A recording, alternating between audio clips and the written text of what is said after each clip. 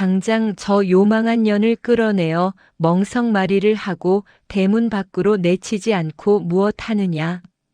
감히 가문의 이름을 더럽히고 한밤중에 귀신 곡소리를 내어 집안을 망치려 들다니.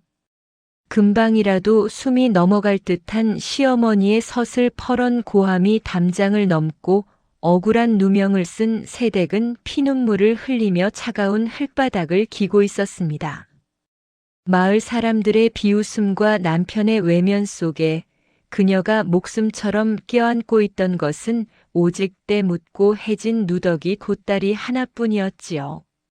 화목해야 할 신혼집이 한순간에 아수라장이 되고 현숙했던 여인이 요물로 몰려 길거리로 내팽개쳐진 이 참혹한 광경 뒤에는 사실 차마 입에 담지 못할 아주 충격적이고도 눈물겨운 이유가 숨겨져 있었습니다. 안녕하세요. 시니어 탐정 실화극 채널을 찾아주셔서 감사드립니다. 오늘도 정성껏 준비한 이야기 한 편을 들려드리겠습니다. 이야기가 마음에 드신다면 구독과 좋아요, 그리고 알림 설정을 해주시면 영상 제작에 큰 힘이 됩니다.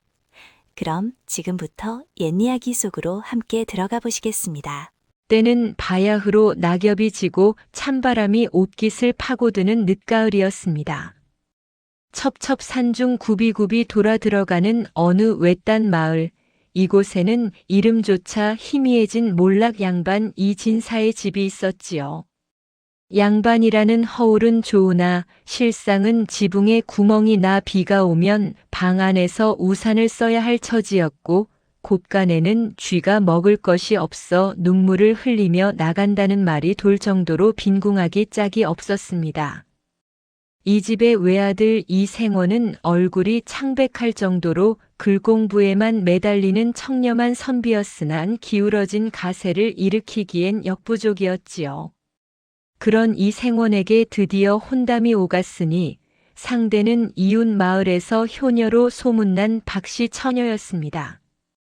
박씨 처녀로 말할 것 같으면 아침 이슬을 머금은 꼰초롱처럼 맑은 눈망울을 가졌으나 집안 형편은 신랑 측보다 더하면 더했지 덜하지 않았습니다. 병든 노부를 모시며 삭바느질로 겨우 연명하던 그녀가 이 가난한 양반가로 시집을 오게 된 것은 어쩌면 서로의 처지를 가련히 여긴 중매쟁이의 마지막 배려였을지도 모릅니다. 혼례 당일 마을 사람들은 새댁의 행색을 보고 혀를 끌끌 찼습니다. 비단 옷 한 벌은커녕 무명옷을 몇 번이나 기워 입은 차림에 가마도 없이 집신을 신고 고개를 넘어왔으니 말입니다. 그런데 유독 사람들의 눈길을 끄는 것이 하나 있었으니 새댁이 품에 꼭 껴안고 놓지 않는 날꽃대 묻은 누더기 보따리였습니다. 시어머니 최씨 부인은 본래 자존심이 하늘을 찌르는 여인이었습니다. 비록 지금은 가난의 늪에 빠져 있으나 가문의 위세를 목숨보다 소중히 여겼지요. 그런 그녀의 눈에 들어온 며느리의 몰골은 그야말로 기가 막힐 노릇이었습니다. 최씨 부인은 새댁이 인사를 올리기도 전에 삿대질부터 시작했지요. 오호라, 저게 무엇인고? 우리 가문에 발을 들이면서 가져온 것이 고작 저런 거렁뱅이 보따리란 말이냐? 저런 흉측한 물건이 집안에 들어오면 복은커녕 화가 미칠 것이니 당장 치우지 못할까? 시어머니의 서슬 퍼런 호통에도 새댁은 그저 고개를 깊이 숙인 채 보따리를 감싸 쥔 손에 힘을 줄 뿐이었습니다. 어머님 송구하오나 이 보따리만큼은 제가 곁에 두게 해주십시오. 제 목숨보다 귀한 것이옵니다. 새댁의 목소리는 가늘게 떨렸으나 그 안에는 묘한 결연함이 서려 있었습니다.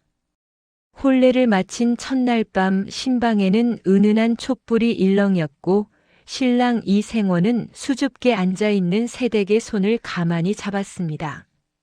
하지만 새댁의 손등에는 따스한 온기 대신 차가운 눈물이 뚝뚝 떨어지고 있었지요.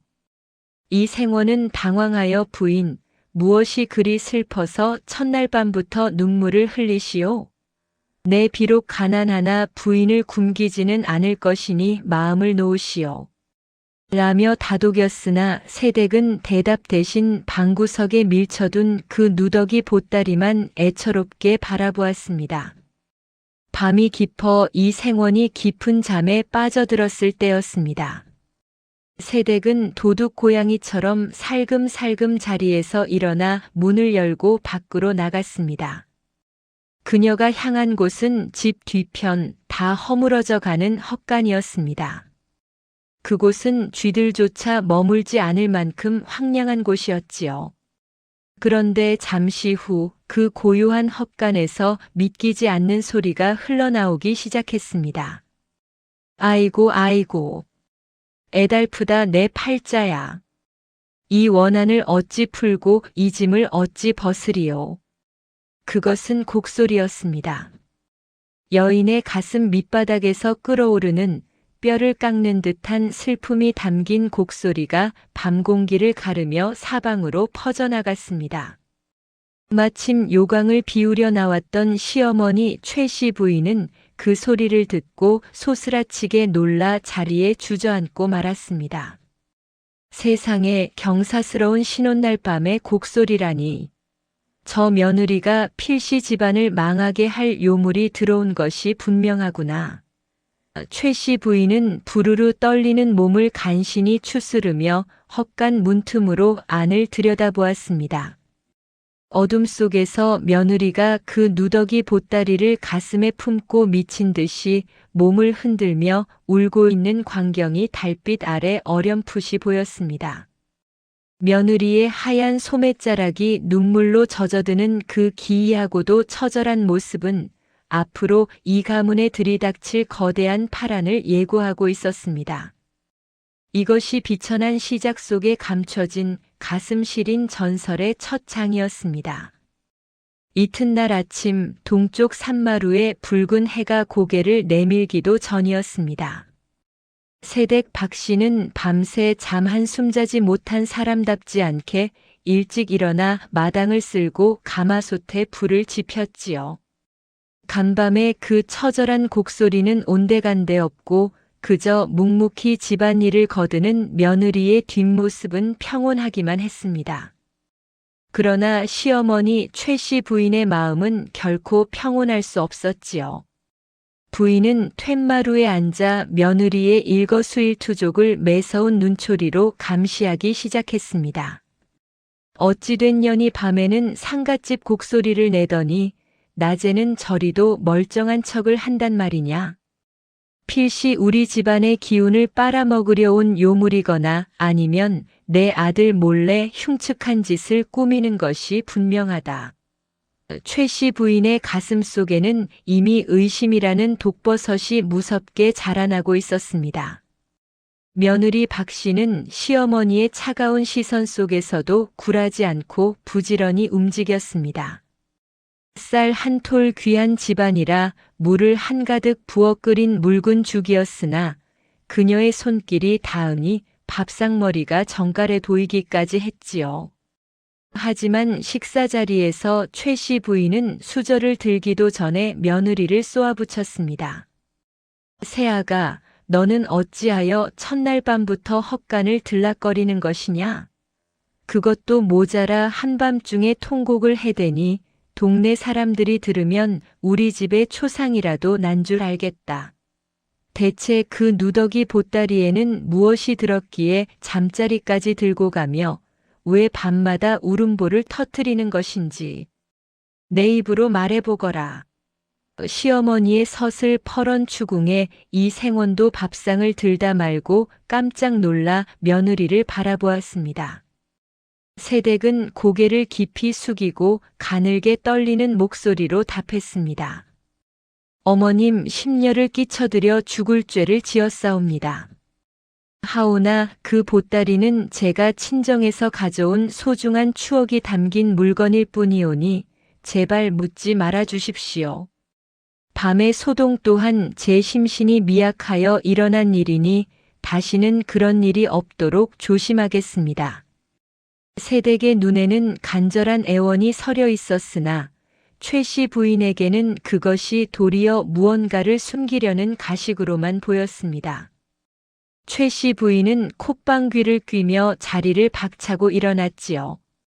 추억이라니. 누더기 조각에 무슨 놈의 추억이 있단 말이냐. 내 기필코 내 정체를 밝혀내고 말 것이다. 그날 이후 새댁의 삶은 가시방석 그 자체였습니다.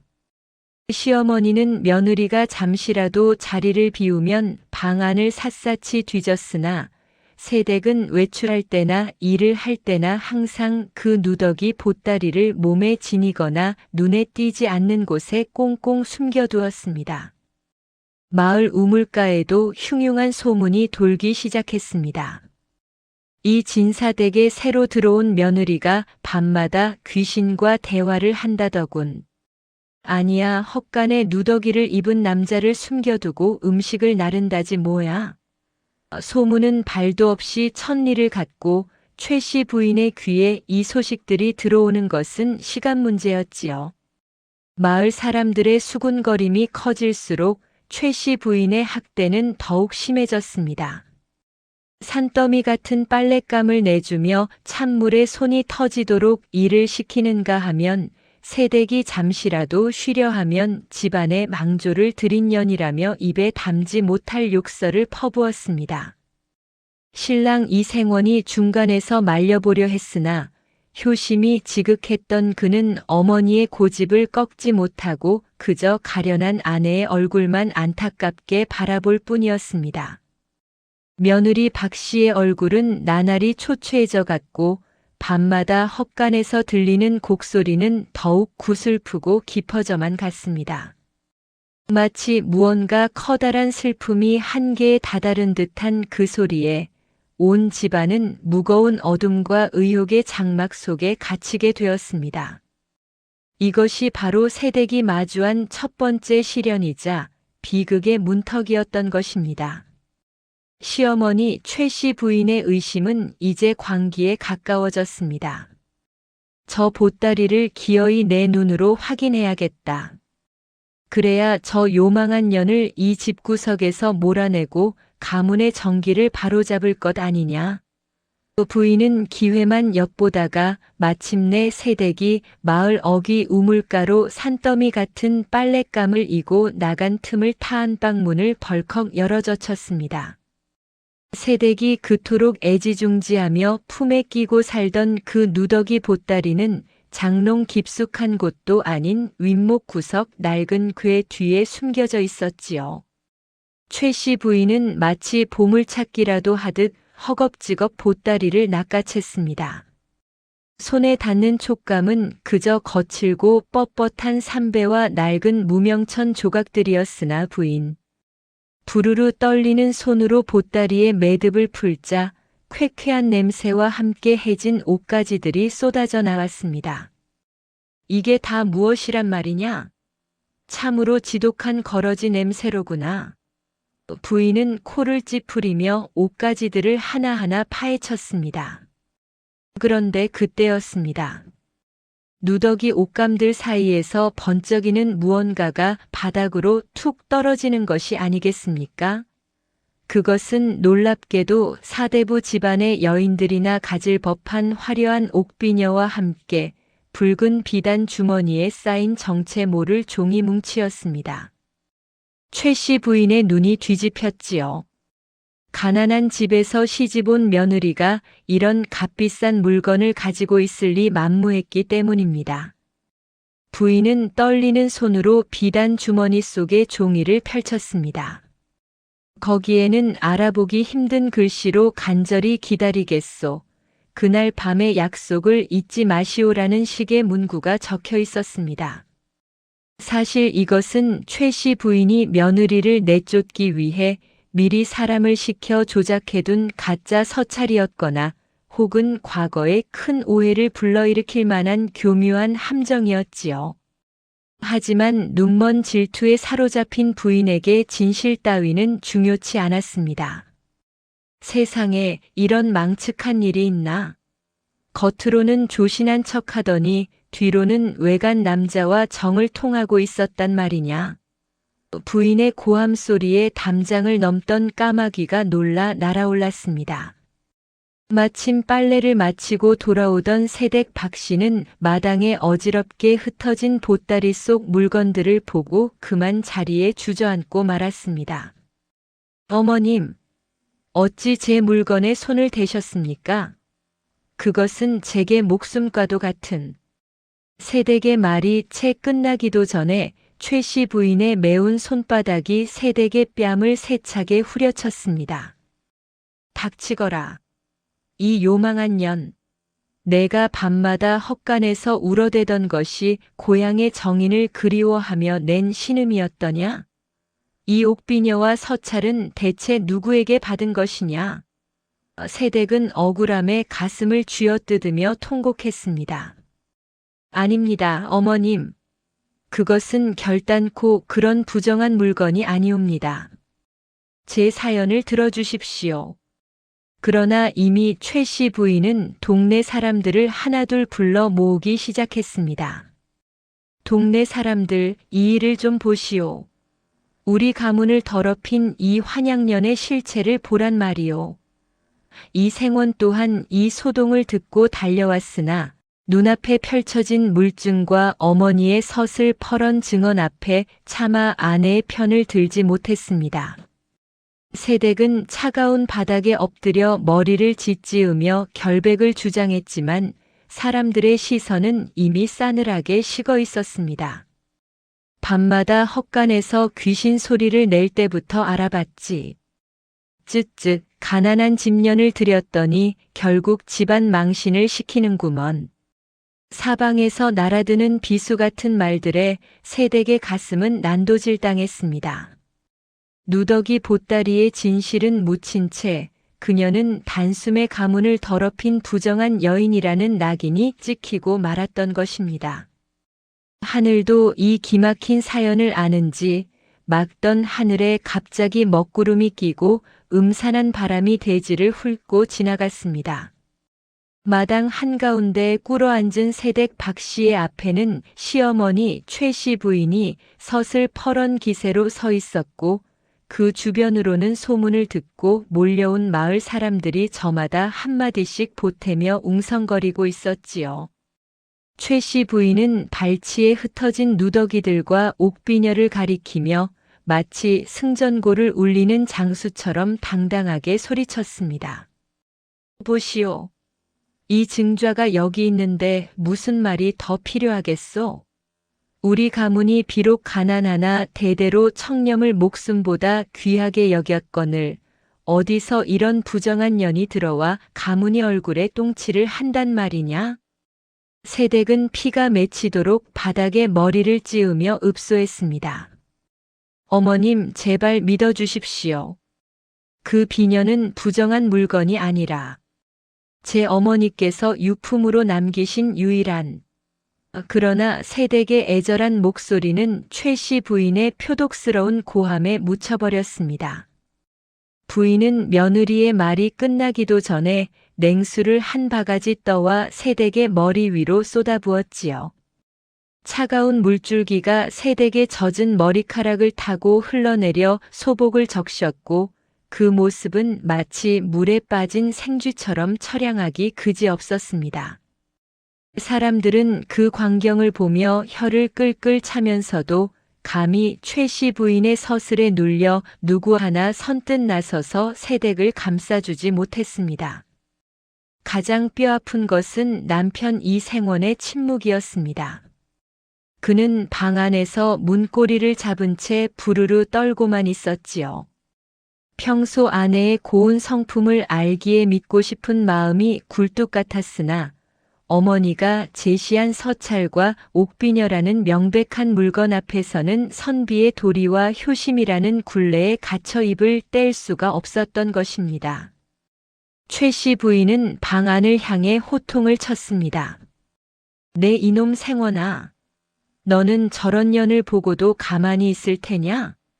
당장 저 요물을 문 밖으로 내치지 않고 무엇을 하느냐? 결국 이 생원은 고개를 떨군 채 밖으로 나와 아내의 시선을 피하며 나지막이 의졸였습니다. 부인, 어찌 내게 이런 수치를 주시오. 이제 우리는 인연이 닿은 듯하오. 그 말은 새댁에게 사형 선고나 다름없었습니다. 최 씨 부인은 기다렸다는 듯 새댁의 머리채를 휘어잡아 대문 밖으로 끌고 나갔습니다. 가거라. 다시는 이 동네에 발도 들여놓지 마라. 내가 가져온 저 흉측한 누더기들도 다 가져가거라. 부인은 며느리가 그토록 아끼던 보따리를 발로 차 고랑창으로 밀어버렸습니다. 보따리는 흙탕물에 뒤섞여 더러워졌고 그 안에 옷가지들은 갈기갈기 찢겨 사방으로 흩어졌지요.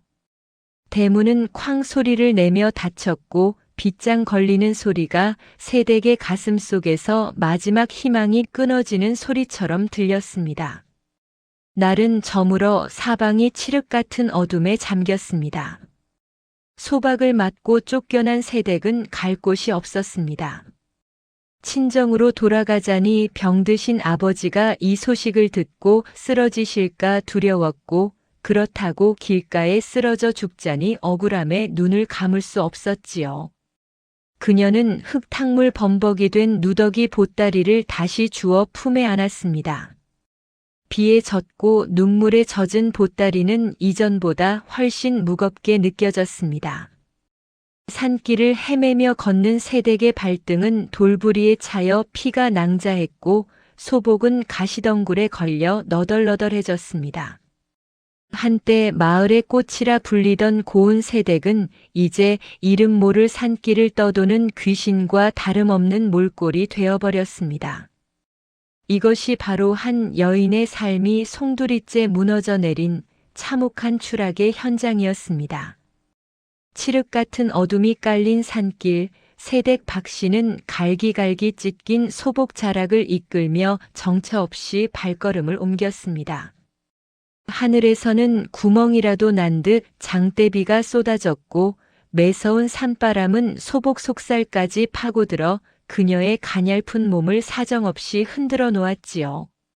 진흙탕에 빠진 버선발은 이미 감각이 없어진 지 오래였고 돌뿌리에 차여 피가 맺힌 발가락마다 저릿한 통증이 올라왔으나 그녀는 멈출 수 없었습니다. 품 안에 안은 그 젖은 누더기 보따리는 이제 천근만근의 무게가 되어 그녀의 가슴을 짓눌렀지요. 아버님, 어머님. 소녀 이제 더는 버틸 기력이 없사옵니다. 가문의 명예를 더럽혔다는 누명을 쓰고 이리 쫓겨났으니 무슨 낯으로 세상을 더 살아가겠습니까? 그녀가 천길 낭떠러지 아래 집어삼킬 듯 소용돌이치는 계곡 물살을 보며 두 눈을 질끈 감고 몸을 던지려던 바로 그 찰나였습니다. 허허, 그 보따리 속에 든 보배를 두고 어찌 그리 서둘러 가려 하시는가? 어둠과 빗소리를 뚫고 들려온 것은 마치 안개 너머에서 들려오는 듯 낮고도 은은한 노승의 목소리였습니다. 소스라치게 놀란 새댁이 뒤를 돌아보니 바위 아래 비를 피하고 있던 낡은 가사와 삿갓 차림의 노승 한 분이 지팡이를 짚은 채 온화한 미소를 지으며 서 계셨지요. 새댁은 황망히 바닥에 엎드려 젖은 얼굴을 닦으며 흐느꼈습니다. 보물이라니요, 스님.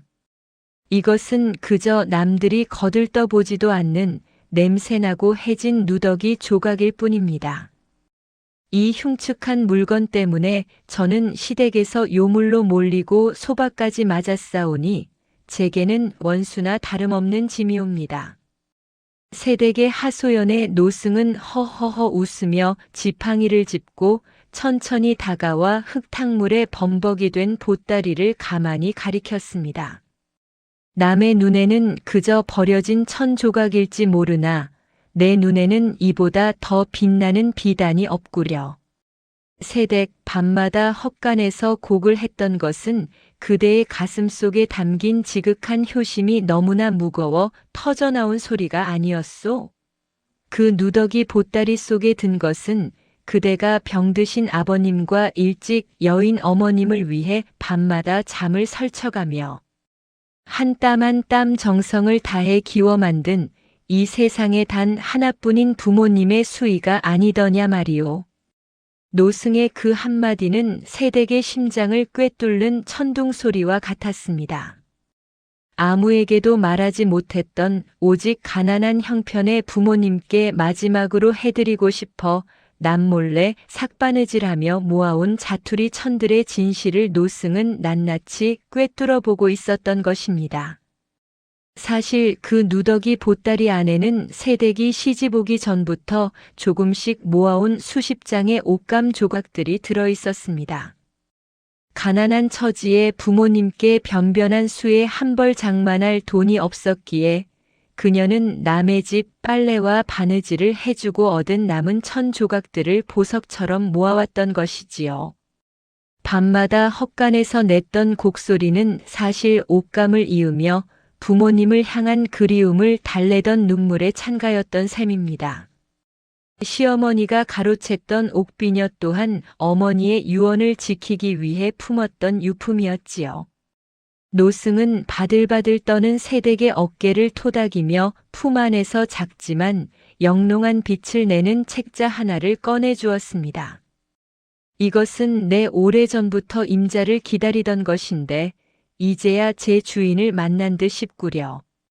진실은 깊은 우물 속에 던져진 돌과 같아 비록 지금은 보이지 않아도 언젠가 그 울림이 온 세상에 퍼지는 법이라네. 지금은 세상이 그대를 버린 듯하나 그대의 효심이 하늘을 움직였으니 곧 태양이 구름을 뚫고 나올 것이야. 이 책에 적힌 지혜를 마음에 새기고 그대의 결백을 증명할 당당한 발걸음을 떼시게나. 노승은 그 말을 남기고 신기루처럼 안개 속으로 호련히 사라졌습니다. 홀로 남은 세댁은 노승이 남긴 책과 누더기 보따리를 가슴이 터지도록 꼭 품었습니다.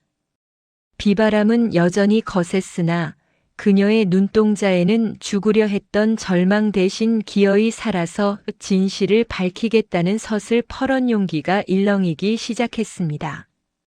그 누더기 보따리는 이제 수치의 상징이 아니라 그녀를 지켜줄 단단한 갑옷이 되었지요. 이것이 바로 한 여인의 삶이 비극의 구렁텅이에서 희망의 산마루로 올라서는 위대한 전환점이었습니다. 노승이 떠난 후 세댁 박씨는 산속 깊은 곳에 자리한 작은 토굴에 머물며 스스로를 추스르기 시작했습니다. 그곳은 바람이 들치고 낙엽이 침상인 척박한 곳이었으나 모진 누명을 쓰고 쫓겨난 그녀에게는 세상의 비난을 피할 수 있는 유일한 안식처였지요.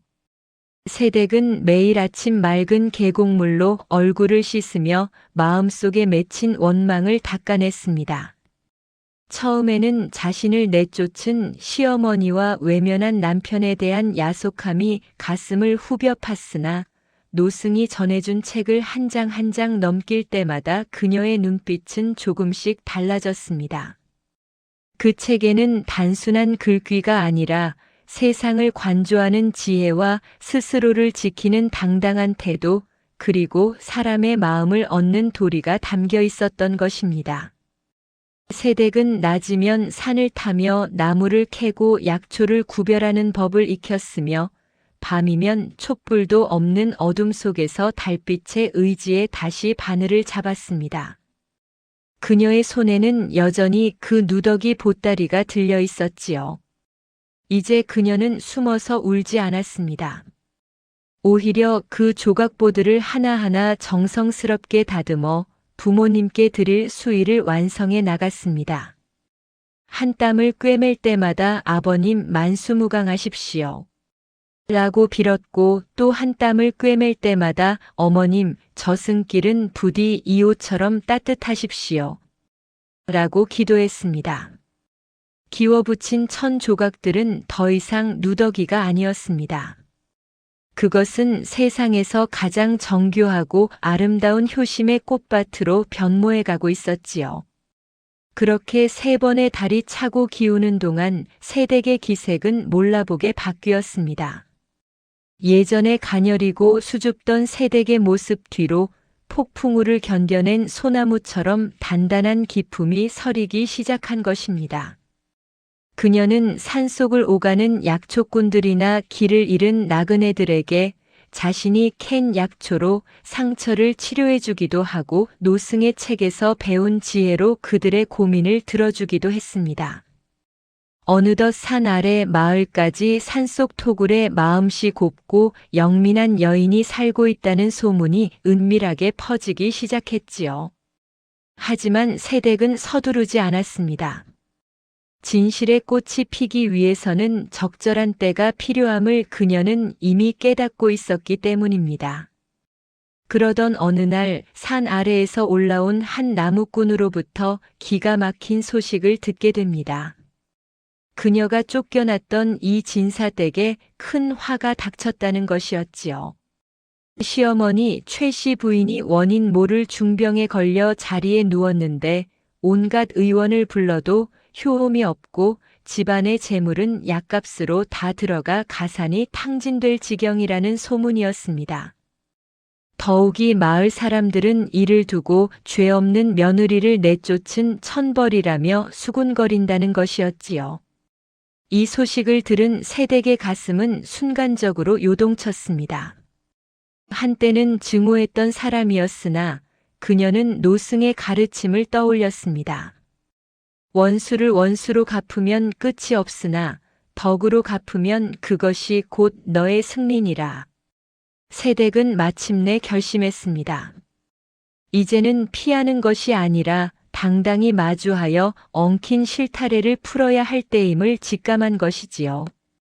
그녀는 완성된 수의를 보따리에 정갈하게 싸고 그동안 산에서 정성껏 말려둔 약초 뭉치를 챙겼습니다. 그리고 노승이 준 책을 가슴에 품고 토굴을 나섰습니다. 산을 내려가는 그녀의 발걸음은 예전처럼 흔들리지 않았습니다. 굽이진 길을 돌아 마을 어귀에 들어섰을 때 노을은 그녀의 등 뒤에서 찬란한 황금빛 수의를 입혀주고 있었습니다.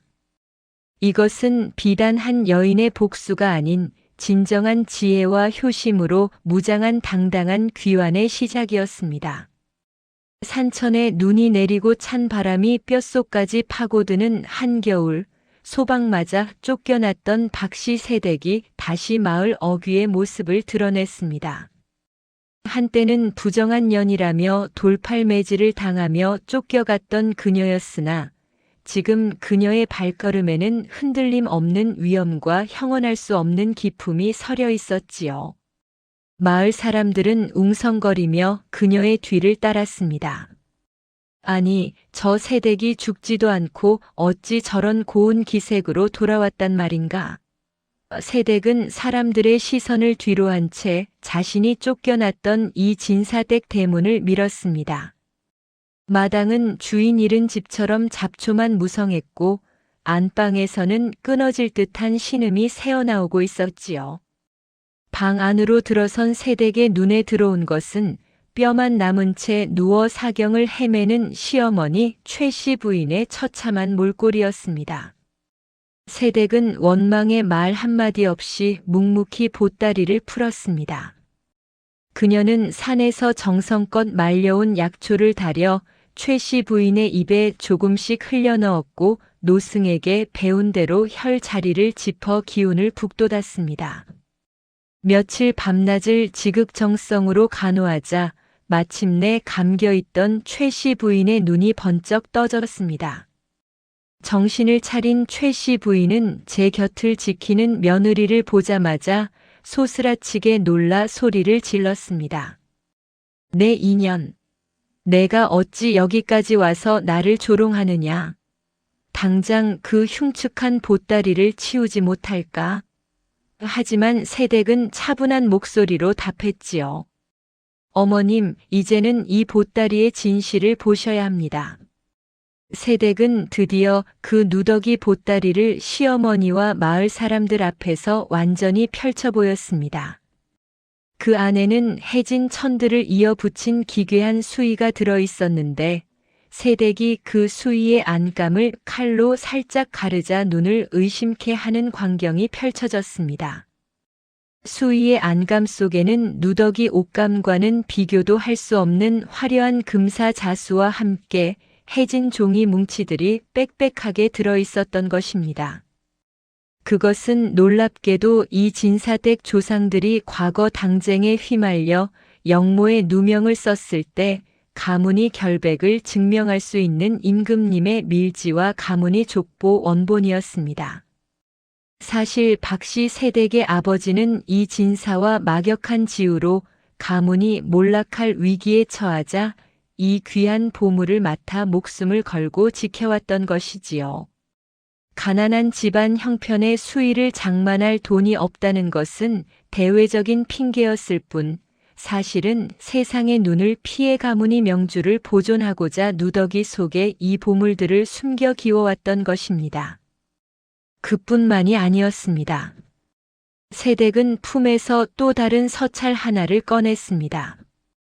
그것은 최 씨 부인의 조카이자 이 생원의 사촌인 김 씨가 이 집안의 재산을 가로채기 위해 최 씨 부인의 욕심을 부추기고 세댁에게 가짜 연애 서찰을 보냈음을 실토하는 자백서였습니다. 산속 토굴에 머물던 시절 길을 잃고 헤매던 김 씨를 구해준 세댁의 인품에 감복하여 그가 양심의 가책을 느끼고 모든 사실을 적어준 것이었지요. 모든 진실이 드러나자 최 씨 부인은 그제야 자신이 무슨 짓을 저질렀는지 깨닫고 대성통곡하며 며느리의 치맛자락을 잡았습니다. 내가 미쳤었구나. 금덩이를 돌덩이로 알고 내쫓았으니 이 죄를 어찌 다 갚으리요. 억울한 누명은 눈 녹듯 사라지고 가련했던 세댁의 효심과 충심이 온 마을을 뒤흔든 진정한 대반전의 순간이었습니다. 자, 보십시오. 기나긴 겨울의 끝에 마침내 이 진사댁 대문 위로 길조를 알리는 까치가 날아와 둥지를 틀었습니다. 며느리 박 씨의 손끝에서 피어난 기적은 단순히 한 가문의 몰락을 막은 것에 그치지 않았지요.